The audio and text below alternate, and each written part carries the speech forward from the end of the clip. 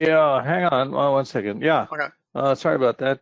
no problem. Yeah, so we on top of the mill with these different configurations, the configurations really target the mill product, and we don't we do have other modules, but we don't have levels in these modules. But once you get the standard product, the top three modules, you get the turning module, as well as the nesting, parts nesting, which will include both, rectangular as well as true shape nesting. And then you also get the artistic modeling package or modules with your stamp purchase of the standard configuration.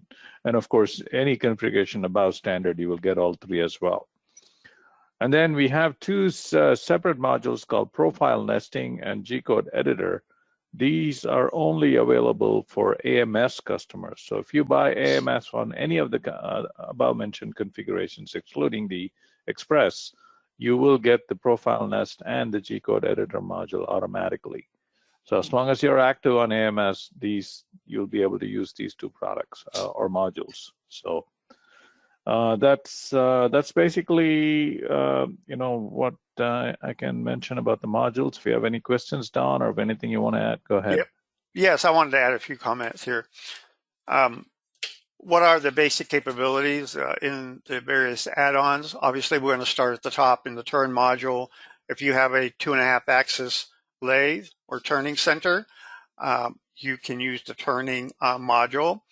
Now, again, just to reiterate, it's 2.5 axis lathes, not 3 axis lathes. 2.5 axis turning. Or doesn't have live tooling. It only two axis lathe. It does not include multiple tools or live tooling. So right. I mean, you can use multiple tools, multiple operations, but not live tooling. So if we move over to the nesting, if you machine flat sheet stock, for example, let's say that you have a product that needs to be assembled and you're selling the components in a sheet or big box form, as they say. You can use the nesting module to lay out your components on your sheets and machine those. So you can do two types of nesting, as Joe mentioned. Rectangular nesting, which just takes the overall shape, rectangular shape of the part and nest those, or the true shape, which takes into effect the actual true shape of the part and nest it by that. Now, the art module, we don't really talk about that a whole lot, but we do have users that like this module.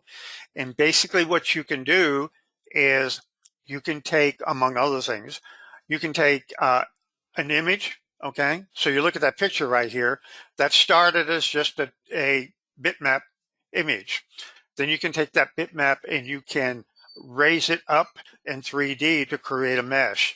And you have a lot of different controls to how you control the pixelation. So you're basically just taking the pixels in the image and you're giving them a depth in the Z-axis so that you have a lifelike image of that picture file. And that's pretty neat.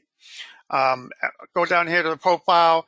Just wanted to reiterate that the difference between profile and nesting, or the profile nesting and nesting, is that in nesting, you're nesting geometry. In profile nesting, you're nesting one operation type, which is 2.5 axis profiling. So in the profile nest, you're actually nesting the toolpath operation, not the geometry that, so as you can see, the geometry, you can see it up here at the top. The geometry is not being nested. It's the operation that's being nested. I just wanted to make sure of that.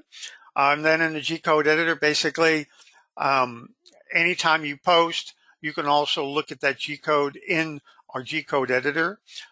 You can edit it there. We have a lot of capability in that module to edit your actual G-Code. And you can do some basic simulation of the G-Code. You can bring in any G-Code file. It doesn't have to be from our product. And as long as we support that configuration of the G-Code, we can do some editing and some backplotting, etc., of that G-Code file. So I know we covered a lot of information, and we're not really going to be looking at each one of the modules, but if you have any question on each of these additional bonus modules, just either ask a question or send an email to support@mecsoft.com, and we'll get those answered for you.